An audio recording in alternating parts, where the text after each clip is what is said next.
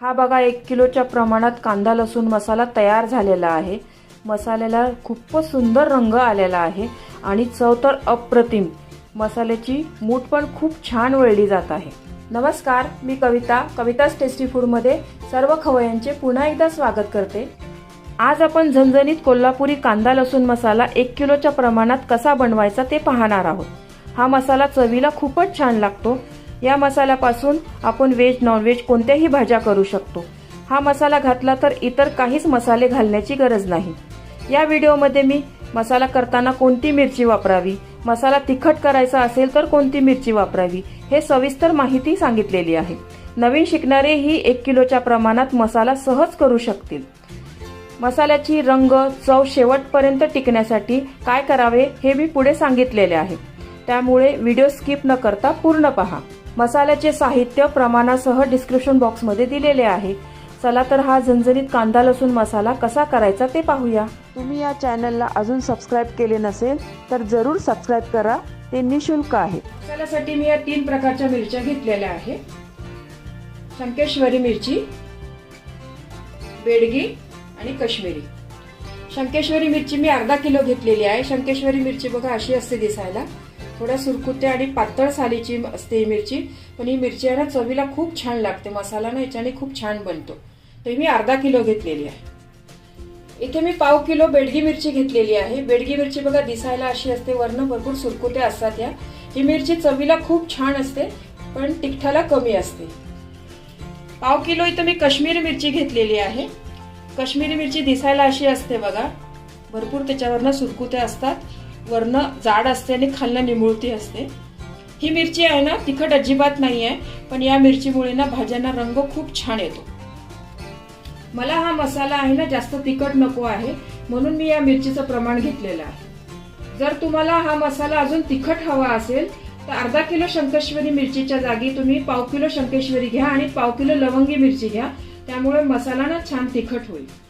तुम्ही बाजारातनं देठ काढलेली मिरची आणत असाल ना तर हे 1 किलोचं प्रमाण परफेक्ट आहे। तुम्ही बाजारातनं देठवाली मिरची आणत असाल तर जेव्हा आपण बाजारातनं मिरची घेतो ना त्यावेळेला या मिरच्या थोड्या ओलसर असतात आणि देठ असल्यामुळे वाळवून त्यांना साफ करून त्यांचं वजन कमी भरतं।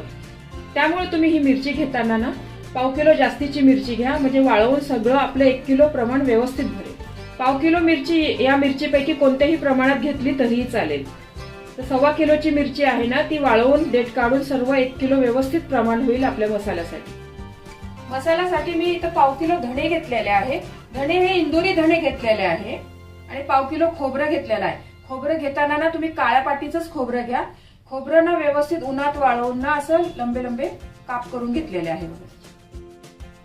100 ग्राम जिरे, 100 ग्राम तीळ, 50 ग्राम मोहरी, 50 ग्राम खसखस, 20 ग्राम शहाजिरे, 20 ग्राम दालचिनी, 20 ग्राम चक्रीफूल, 20 ग्राम लवंग, 20 ग्राम त्रिफळा, 20 ग्राम छोटी वेलची, 20 ग्राम मोठी वेलची, 20 ग्राम मेथी दाना, 25 ग्राम काळी मिरी, नाकेश्वर 10 ग्राम, कबाब चिनी 10 ग्राम, जावित्री 10 ग्राम, रामपत्री 10 ग्राम, तमालपत्र 10 ग्राम आणि दगडफूल 10 ग्राम, 25 ग्राम सुंठ, 25 ग्राम हळकुंड, 10 ग्राम हिंग आणि 1 जायफळ।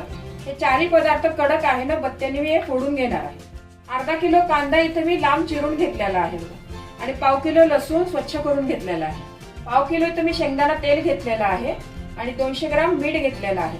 तेल आणि मीठ आहे ना प्रिझर्वेटिव्हचं काम करणार आहे, याच्यामुळे आपला मसाला आहे ना जास्त दिवस टिकणार, अजिबात खराब होत नाही। तुम्ही अजून या चॅनलला सबस्क्राइब केले नसेल तर सबस्क्राइब बटनला क्लिक करा आणि बेल आयकॉनला प्रेस करायला विसरू नका, जेणेकरून नवीन रेसिपीचे नोटिफिकेशन तुम्हाला येतील। आता आपण सर्व मसाले भाजून घेऊया। त्यासाठी मी गॅसवर कढई गरम करायला ठेवलेली आहे। कढईमध्ये मी 2 चमचे तेल घालते। सर्वात आधी आपण कांदा आहे ना तो कांदा आपण तेलामध्ये शिजवून घेऊया। हा कांदा शिजवायला ना आपल्याला सर्वात जास्त वेळ लागणार आहे, 25 ते 30 मिनिट लागेल आपल्याला हे कांदा शिजवायला। त्यामुळे मी सर्वात आधी ना हा कांदा शिजवायला घेतलेला आहे। यामध्ये मी थोडेसे खडे मीठ घालते। जे मी 200 ग्राम मीठ घेतलेलं आहे ना त्यातनंच आपण थोडंसं मीठ यात टाकलेलं आहे। आणि जे शेंगदाण्याचं तेल घेतलं होतं ना पाव किलो तेच तेल आपण सर्व मसाला भाजण्यासाठी वापरणार आहोत. कांदा भाजायला वेळ लागणार आहे, तर मी दुसऱ्या गॅसवर ही कढई ठेवते आणि या गॅसवर आपण मसाला भाजूया. तर बाजूच्या गॅसवर मी बारीक गॅसवर कांदा भाजायला ठेवलेला आहे. मसाला भाजता भाजताच आपण हा कांदा पण तेलामध्ये चांगला व्यवस्थित शिजवून घेणार आहे. या कांद्यामधला पाण्याचा अंश आहे ना सर्व आपल्याला काढून घ्यायचा आहे. तोपर्यंत कांदा आपल्याला व्यवस्थित शिजवून घ्यायचा आहे तेलामध्ये. गॅसवर मी दुसरी कढई गरम करायला ठेवलेली आहे. त्याच्यामध्ये मी धणे भाजायला घेते आधी. हे धणे भाजतानाही आपण थोडंसं तेल घालूया याच्यात. हे धणे पण आपल्याला मीडियम गॅसवर चांगले खमंग भाजून घ्यायचे आहे. धणे पण आपले मस्त खमंग भाजून झालेले आहे बघा. धण्याचा वास आहे ना सगळ्या घरात मस्त दरवळत आहे. एका परातीतनं धणे काढून घेते. यानंतर अगदी थोडंसं तेल मी कढईमध्ये टाकते आणि त्याच्यामध्ये तमालपत्र आणि दगडफूल दोन्ही भाजून घेऊया सोबतच. 1 मिनिट झालाय बघा. छान आपले दगडफूल आणि तेजपत्ता भाजून झालेला आहे. तो पण परातीत काढून घेते. कढईमध्ये अगदी अर्धा चमचा तेल घातले मी आणि त्याच्यामध्ये तीळ आणि खसखस दोन्ही भाजून घेऊया. आधी मी तीळ थोडंसं भाजून घेते आणि मग त्याच्यात खसखस टाकते. खसखस भाजायला जास्त वेळ लागत नाही. तीळ बघा थोडीशी भाजत आलेली आहे. याच्यातच मी खसखस पण भाजून घेते. एक अर्धा मिनिटात ना दोन्ही चांगलं मस्त खमंग भाजून होईल आपलं. तीळ आणि खसखस पण बघा खमंग भाजून झालेली आहे. ती पण परातीत मी काढून घेते. कढईमध्ये परत मी 1 चमचा तेल घालते. त्यामध्ये मी आता एक सारखे दिसणारे जे मसाले आहे ना ते सर्व भाजून घेते मी. मिरी, त्रिफळा, लवंग, कबाब चिनी, नाकेश्वर हे सर्व मसाले एक सारखेच आहे म्हणून मी एकत्रच भाजून घेतलेले आहे. अगदी 1 मिनिटच आपल्याला भाजायचे आहे, जास्त करपवायचे नाही. 1 मिनिट झाला आहे बघा. हे सर्व मसाले मी काढून घेते. परत कढईमध्ये थोडंसं तेल घालते. त्याच्यामध्ये मोहरी आहे ना व्यवस्थित आपण फोडणीला कशी घालतो तेव्हा चटचट अशी होते ना तशी मोहरी आपण करून घेणार आहोत. म्हणजे मोहरी आपली चांगली फुटली पाहिजे, कच्ची नाही राहिली पाहिजे. एक अर्धा मिनिट मोहरी भाजणार आहे. मग त्याच्यामध्ये जिरे आणि शहाजिरे पण घालणार आहे.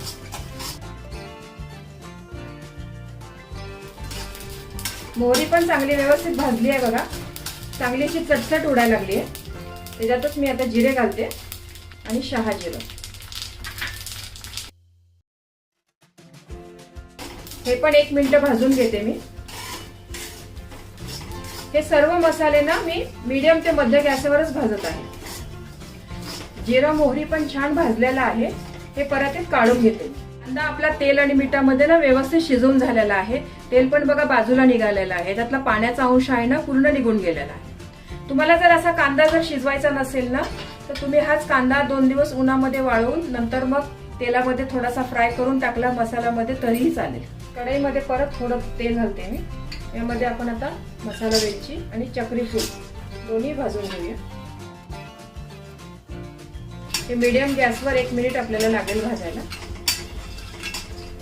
हा मसाला भाजताना शक्यतो तुम्ही लोखंडाचीच कढई भाजायला वापरा. कारण मसाले भाजताना ना कढया खूप घाण होतात. लोखंडाची कढई साफ करायला बरी पडते आपल्याला, त्रास होत नाही मग याला. 1 मिनिट झाला आहे बघा. मसाला वेलची आणि स्टार फूल आहे ना छान भाजलेला आहे आपलं. ते पण परातीत काढून कढईमध्ये अगदी थोडंसं तेल घालते. हिरवी वेलची बघा मस्त अशी फुलायला लागली आहे. हे मसाले भाजताना ना तुम्ही करपू नका. हे मसाले जर करपले ना तर मग आपल्या मसाल्याचा स्वाद आहे ना चांगला नाही लागत. आणि मसाल्याचा रंग पण खूप काळा बनतो. मग छान असा लाल दिसत नाही कलर मग त्याचा. हिरवी वेलची पण छान भाजलेली आहे बघा. ही पण काढून घे. परत कढईमध्ये अगदी थोडंसं तेल घालते. जावित्री आणि हे रामपत्री. जावित्री आणि रामपत्री पण भाजून झालेली आहे. ती पण काढून. कढईमध्ये थोडंसं तेल घालते परत. त्याच्यामध्ये दालचिनी भाजून घेते. दालचिनी पण भाजून झालेली आहे. ती पण काढून घेते. ही मेथी आहे ना बिना तेलाचीच भाजून घेणार आहे मी. एक अर्धा मिनिट फक्त आपल्याला भाजून घ्यायची आहे, जास्त नाही भाजायची. जास्त भाजली ना तर मेथीचा कडवटपणा येतो. ही मेथी पण भाजून झालेली आहे. ही पण काढून घेते. कढईमध्ये मी 1 चमचाभर तेल घालते आता. त्याच्यामध्ये हे सुंठला ना बत्त्याने ठेचून घेतलेला आहे मी. तेलामध्ये ना फुलेपर्यंत चांगलं फ्राय करून घेते. आणखी थोडंसं तेल घालते मी. सुंठ पण चांगलं फुललं आहे बघा. तर काढून घेते सुंठ पण. या तेलामध्ये ना हिंग पण तळून घ्या. हिंग पण चांगला व्यवस्थित फुलवून घ्या. हिंग पण काढून घेते मी. या तेलामध्ये ना हळकुंड पण मी तळून घेते. हळकुंड व्यवस्थित फुलले पाहिजे चांगले. हळकुंड तळताना ना असे फोडूनच तळा तुम्ही. अख्खा हळकुंड टाकला ना तर फुटू पण शकतो आणि आपल्या अंगावर पण उडू शकतो. हळकुंड पण चांगलं व्यवस्थित तळून झालेला आहे बघा. ते पण काढून घेते. हे जायफळ आहे ना मी असंच घालणार आहे. याला नाही तळणार आहे. याचा स्वाद आहे ना असाच छान लागतो. याच तेलामध्ये थोडंसं तेल घालते मी अजून. हे खोबरं आहे ना चांगलं व्यवस्थित फ्राय करून घेऊ.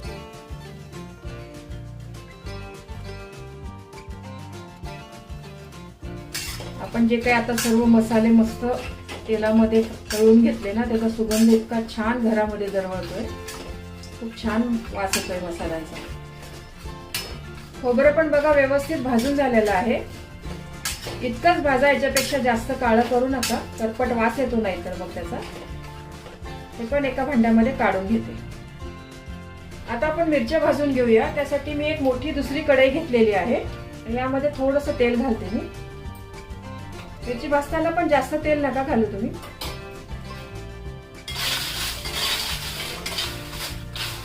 सर्वात आधी मी ही तर बेडगी मिरची भाजायला घेतलेली आहे.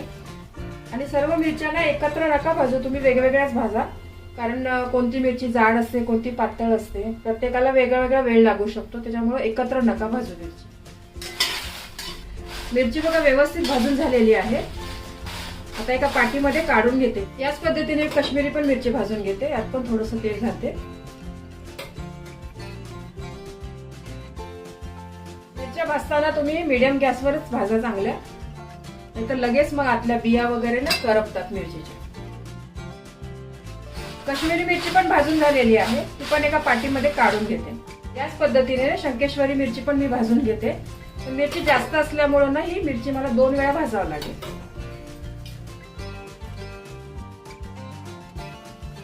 सर्व मिरच्या मी व्यवस्थित भाजून घेतलेल्या आहे. मिरची आता गरम आहे. मी आता गार करून घेते. मिरची गार झाल्यानंतर या मसाल्यामध्ये ना सर्व मिरच्या आणि हा आपण भाजून घेतलेला मसाला आहे ना सर्व एकत्र करणार. कांदा पण बघा व्यवस्थित छान गार झालेला आहे. मिरची आणि हा गरम मसाला मी हे एकत्र करणार आहे. मात्र लसूण, कांदा आणि खोबरं आणि मीठ हे सगळं वेगवेगळं घेऊन जाणार आहे. कांडपवाल्यांनी ना सर्व मला हे 4 साहित्य वेगवेगळे आणायला सांगितलेले आहे. तुमच्या कांडपवाल्यांनी जसं सांगितलं ना तसं तुम्ही घेऊन जाऊ शकता. हा मसाला आहे ना तुम्ही कांडूनच घ्या, दळून घेऊ नका. कारण दळल्यापेक्षा ना कांडून घेतलेल्या मसाल्याची ना चव खूप छान लागते. दळून घेतलेल्याची एवढी चांगली लागत नाही. तर शक्य असेल तर तुम्ही हा मसाला कांडूनच. हे सर्व मसाले गार झालेले आहे बघा. सर्व मसाले ना पिशवींमध्ये भरलेले आहे. या डब्यांमध्ये मी लसूण, खोबरं आणि कांदा घेतलेला आहे. या बॉटलमध्ये मीठ घेतलेलं आहे. हे सर्व मसाले ना कांडप मशीन मधनं मी काढून आणणार आहे. हा बघा मी कांदा लसूण मसाला ना कांडप मशीन वरनं काढून आणलेला आहे. आता या मसाल्याचं वजन करून बघूया. एवढ्या ह्या प्रमाणामध्ये ना जवळजवळ 2 किलो 700 ग्राम हा मसाला तयार होतो. हा बघा आपला कांदा लसूण मसाला तयार झालेला आहे. मसाल्याला ना रंग बघा किती सुंदर आलेला आहे. हातात घेतला ना तर मूठ पण छान वळते बघा मसाल्याची. या मसाल्याची कटाची आमटी मी होळीला करून पाहिली होती. खूपच चवीला छान झाली होती. आमटीला ना तर्री आणि रंग पण खूप सुरेख आलेला होता.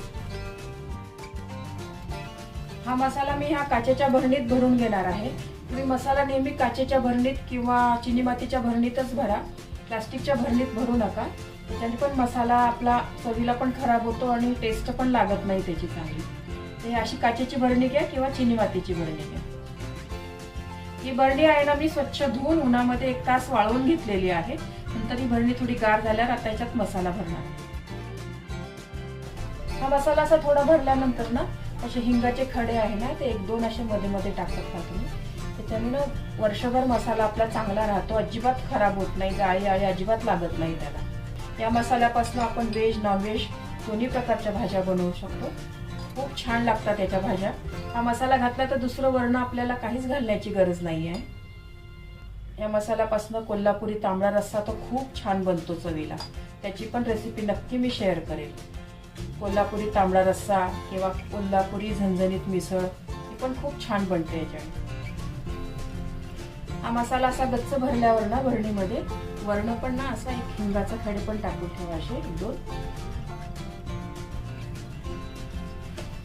आणि भरणीचं झाकण आहे ना असं गच्च लावून व्यवस्थित असे कोरड्या जागी ठेवा तुम्ही. म्हणजे हा मसाला आहे ना आपला वर्षभर चांगला राहतो.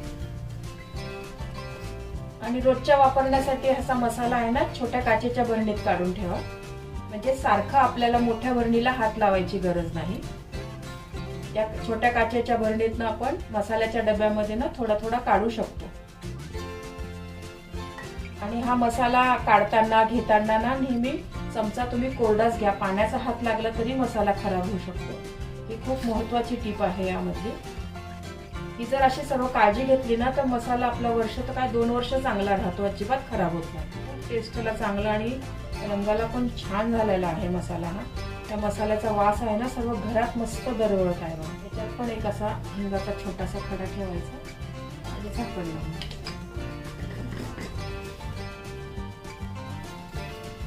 हा कांदा लसूण मसाला तुम्हाला आवडला असेल तर यावर्षी तुम्ही नक्की करून बघा आणि कसा झाला हे कमेंट्सद्वारे जरूर कळवा. तुम्हाला ही रेसिपी आवडली असेल तर तुमच्या मित्रमैत्रिणी आणि नातेवाईकांबरोबर शेअर करा. व्हिडिओला लाईक करा व चॅनलला सबस्क्राईब करा. रेसिपीला कमेंट्स करा. तुमच्या कमेंट्स वाचायला मला फार आवडतात.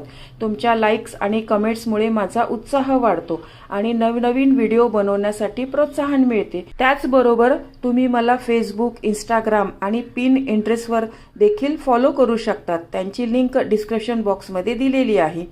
तुम्ही ही रेसिपी कोणत्या गावातून पाहताय तेही सांगा. तर पुन्हा भेटूया एका नवीन रेसिपीसह. तोपर्यंत मस्त खा, काळजी घ्या. धन्यवाद.